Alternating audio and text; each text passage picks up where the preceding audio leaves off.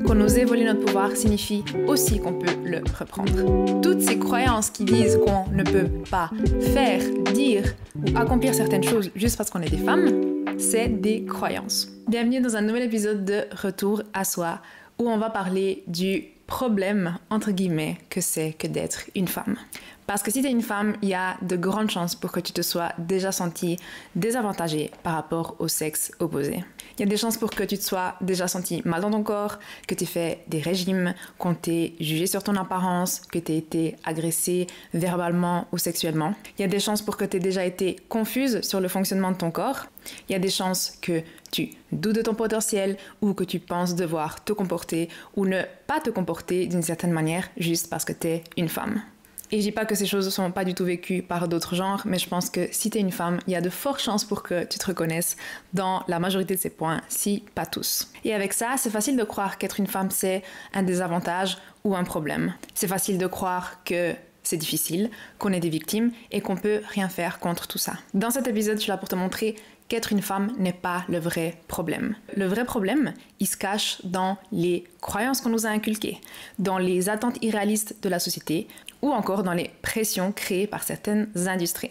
Le problème, c'est de donner le pouvoir à ces entités externes plutôt que de donner le pouvoir à notre corps, à notre intuition et à notre potentiel. Si je trouve important de parler de ça, c'est pour que tu te rendes compte que tu n'es pas la seule à ressentir ces injustices et ces incohérences. C'est pour t'inspirer à en parler autour de toi, à reprendre ton pouvoir et à aider d'autres femmes à le faire aussi. Parce que c'est pas anodin de se sentir comme le sexe faible et d'avoir l'impression de vivre dans un monde d'hommes. Si on regarde dans l'histoire, les femmes, elles ont pendant très longtemps vécu dans l'ombre des hommes.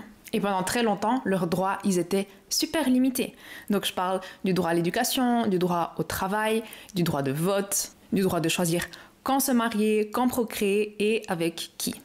Et en faisant des recherches pour cet épisode, j'ai même trouvé qu'en cas d'infidélité de la part de la femme, le mari était légalement en droit de tuer l'amant. Bien évidemment, dans le cas de l'infidélité d'un homme, il n'y avait pas de problème et la femme, elle était bien évidemment pas autorisée à tuer l'amante. Et avec ça, je voulais aussi te donner quelques dates clés pour que tu vois comment le droit des femmes a évolué dans le temps. Les femmes ont le droit d'ouvrir un compte en banque depuis 1965. Les femmes ont le droit de vote depuis 1971. Les femmes ont l'autorité parentale depuis 1978. On parle là des enfants qu'elle a portés 9 mois dans son ventre. Les femmes peuvent poursuivre un violeur en justice depuis 1992. Les femmes ont droit à l'avortement depuis 2002. Alors ces chiffres, ils concernent la Suisse. Et si tu vis dans un pays développé, tu as probablement accès à tous ces droits aujourd'hui. Mais je veux qu'on pense aussi aux femmes dont les cultures et les lois interdisent encore aujourd'hui tous ces droits. Si je voulais te partager ces dates, c'est pour qu'on se rende compte que ces dates, elles sont pas si éloignées que ça. Ce qui veut dire que déjà, nos mères et nos grands-mères ont subi de fortes inégalités et donc forcément elles ont développé les croyances que leur voile compte pas, que l'argent doit être géré par un homme ou qu'elles n'ont pas la liberté de choisir ce qu'elles veulent pour leur propre corps. Et si nos figures maternelles, elles n'ont pas actualisé leurs croyances, eh ben ces croyances, elles nous ont été transmises à travers leur comportement et à travers ce qu'elles nous ont dit en nous éduquant. Et aujourd'hui, ça reste encore facile de se convaincre que toutes ces croyances sont vraies. À l'école, on apprend que c'est principalement les hommes qui ont marqué l'histoire. Et c'est clair que c'est eux qui partaient en guerre. C'est eux qui avaient accès à l'éducation pour changer le monde. Mais les femmes, elles ont bien évidemment aussi contribué au succès des soldats et des hommes qui ont eu un impact. Je me rappelle de mes cours d'histoire où j'étais hyper frustrée parce qu'on ne parlait pas du rôle des femmes pendant la guerre. Et j'ai dû moi-même chercher l'info dans des livres extrascolaires. Et pour revenir au présent, on ne peut pas nier que malgré les lois, on continue à subir des inégalités. On subit des inégalités en termes de salaire, en termes de crédibilité dans le monde professionnel, dans le domaine du business et de l'argent. On subit des inégalités quand on nous demande quand est-ce qu'on va faire des enfants, alors qu'on demande à notre partenaire où il en est dans sa carrière. On subit des inégalités quand on ne nous apprend ni dans nos cours d'éducation sexuelle, ni pendant nos cours de biologie, comment fonctionne notre cycle menstruel. On subit des inégalités quand les études de santé incluent uniquement des hommes et font des généralités, alors que le fonctionnement de la femme est totalement différent de celui des hommes. En plus de ça, on subit aussi énormément de pression sur notre corps et notre apparence. Quand on pense à tous les produits que l'industrie de beauté essaye de nous vendre, des ceintures abdominales, des produits anticellulites, du botox, des régimes, des crèmes anticellulites, des teintures pour les cheveux. Tu t'es jamais demandé pourquoi les cheveux gris ou blancs chez un homme, c'est sexy, alors que sur une femme, ça fait sale ou négligé? Et il y a peu de temps, une journaliste canadienne s'est apparemment fait licencier de son poste à la télé à cause qu'elle avait laissé ses cheveux sans teinture. Et je tiens à préciser que cette femme, elle était hyper soignée et elle était juste magnifique. Je crois pas que Georges Clooney et ses cheveux poivre et sel auraient subi le même traitement. Et comme si ça suffisait pas, en plus de la pression sur nos corps, on subit aussi des pressions sur nos comportements. On nous dit « sois pas trop coincé, mais sois pas trop sexy non plus. Fais entendre ta voix, mais attention à pas trop te faire remarquer. Pars à la conquête de tes rêves, mais c'est pour quand les enfants? Et accepte ton corps comme il est, mais attention à pas trop manger parce que c'est bientôt l'été. » Avec tout ça, comment on est censé avoir confiance en nous? Comment on peut croire au fait qu'on a tout pour réussir et qu'on mérite de réussir? Comment on est censé accepter et aimer notre corps? Comment on est censé savoir quoi faire, comment, si, peu importe ce qu'on fait, on est jugé, critiqué, voire insulté? Et je vais bien être claire ici sur le fait que c'est pas une guerre contre les hommes et que les femmes contribuent aussi à cette société, à ces attentes, à cette pression et à ces critiques. Parce que souvent, les pires critiques, elles sont faites entre femmes. Qu'est-ce que ça veut dire? Qu'on contribue au problème. On contribue au problème quand on se rabaisse entre nous. On contribue quand on dit que c'est dur d'être une femme. On contribue au problème quand on dépend du make-up, des faux ongles, des faux cils, des implants, du botox pour être bien dans notre corps et pour se considérer comme jolie. On contribue aussi au problème quand on se tait alors qu'on est dans des situations inconfortables, quand on accepte des traitements différents de celui des hommes et quand on ne dénonce pas les agressions qu'on subit. En ayant ce genre de comportement, on fait partie intégrante du problème. La bonne nouvelle, c'est que faire partie du problème signifie aussi qu'on peut faire partie de la solution. Qu'on nous ait volé notre pouvoir signifie aussi qu'on peut le reprendre. Toutes ces croyances qui disent qu'on ne peut pas faire, dire ou accomplir certaines choses juste parce qu'on est des femmes, c'est des croyances. C'est des choses qui nous ont été inculquées en voyant les mots, les comportements et les propres croyances de notre figure maternelle, de nos grands-mères, de nos tantes, de ce qu'on nous a dit à l'école ou dans la société. Et je veux bien que tu te rendes compte que quand tu étais bébé, tu te comportais pas différemment parce que tu étais une fille. Tu criais pas moins parce que les filles ne doivent pas faire trop de bruit. Tu demandais pas moins à manger parce que les filles doivent faire attention à leur poids. Et tu souriais pas plus parce qu'apparemment les filles, elles sont plus jolies quand elles sourient. Tu pleurais, tu criais quand tu avais des besoins. Tu demandais à manger quand t'avais faim et tu t'arrêtais quand t'étais pleine. Et tu souriais quand et si t'en avais envie. Alors je veux que tu te demandes à quel moment la tendance elle a changé.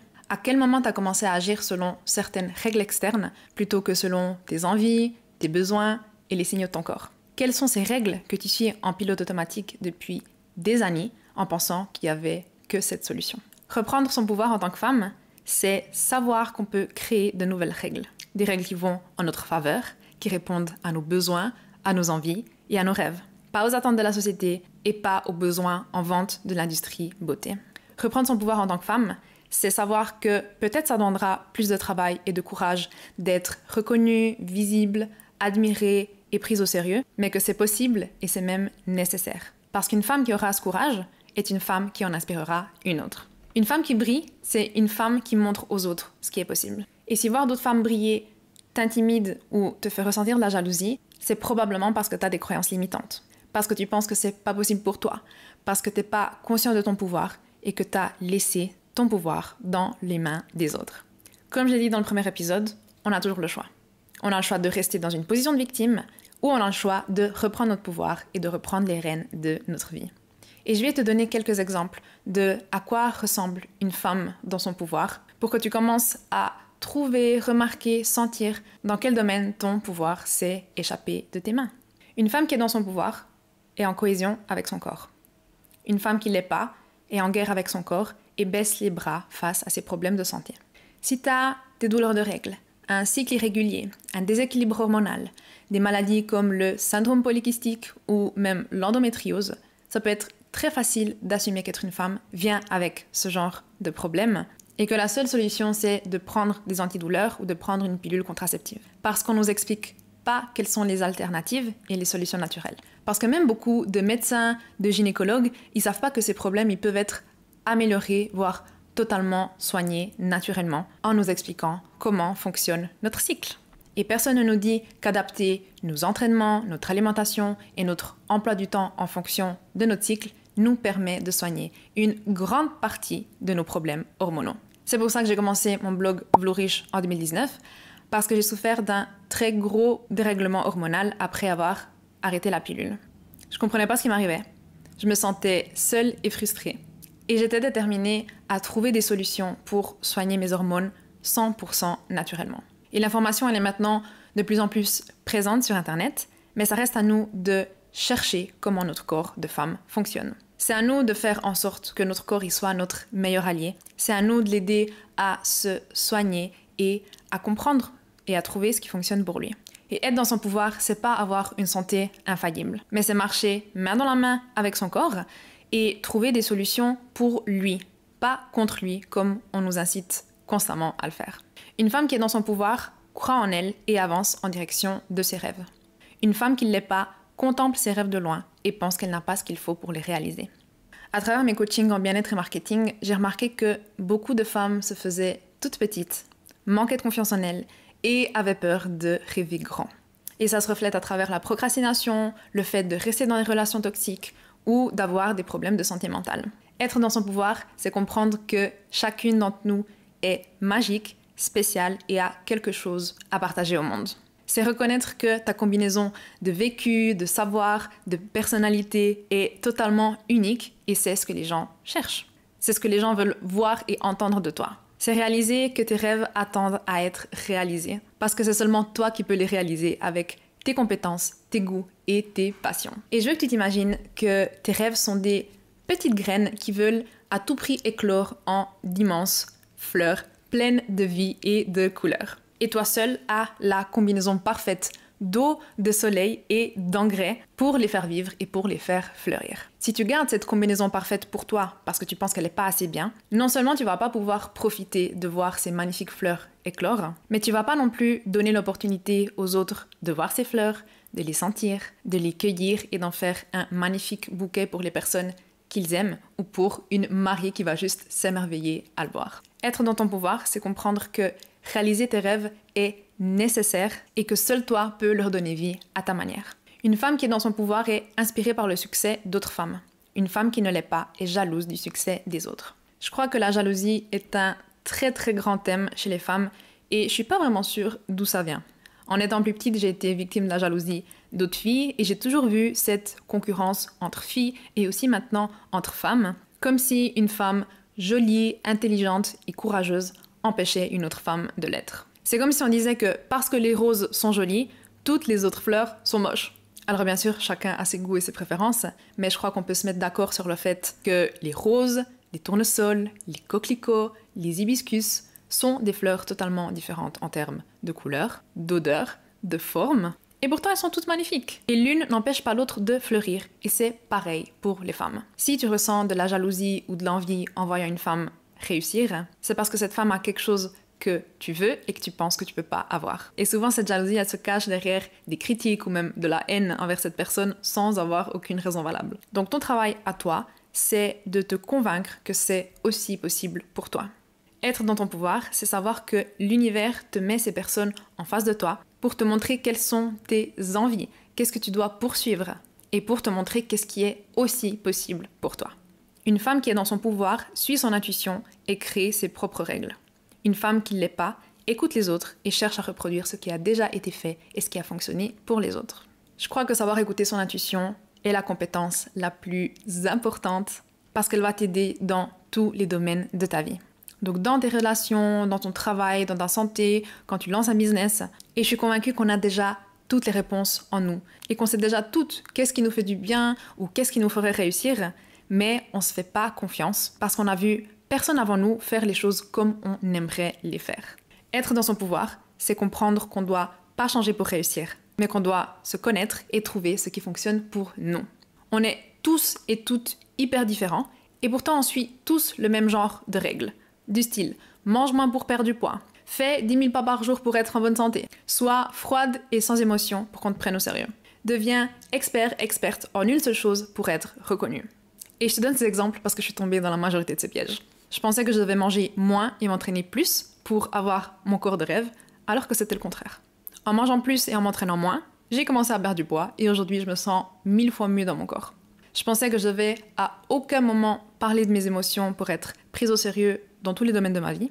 Et il se trouve que j'ai attiré les meilleures relations, les meilleures personnes et opportunités en ouvrant mon cœur et en faisant de ma sensibilité mon super pouvoir. Il y a aussi plein de coachs qui m'ont dit que je devais être bonne qu'à une seule chose, que dans un seul thème pour réussir dans ma vie pro. Mais il se trouve que parler d'un seul thème finit par m'ennuyer.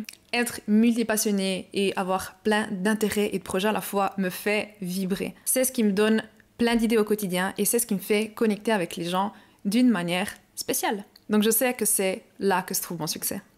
Et ça ne veut pas dire que tu devras jamais apprendre des autres, jamais demander conseil ou jamais prendre exemple sur les autres. Mais être dans son pouvoir, c'est avoir l'info, voir les possibilités et reconnaître ce qui résonne en toi, ce qui est aligné à tes valeurs, à tes envies et à tes rêves. C'est savoir que quand quelque chose ne fonctionne pas pour toi, c'est parce que c'est pas aligné à qui tu es ou à ce que tu veux au fond de toi ou à ta manière de fonctionner. Et ça, même si tout le monde te dit que c'est ce que tu devrais faire. Et peut-être qu'en écoutant ces exemples, tu auras pensé « j'y crois pas, c'est pas possible pour moi ». Et la question, c'est pas si c'est possible pour toi ou non. La question, c'est comment tu vas le rendre possible pour toi. Parce qu'encore une fois, c'est nous qu'on crée notre propre réalité sur la base de nos croyances. Et nos croyances, elles peuvent être changées à tout moment. Alors la question que je veux que tu te poses, c'est quelles sont les croyances qui te limitent en tant que femme ? Et que ce soit en lien avec la nourriture, avec ton corps, ton métier, tes relations ou l'argent.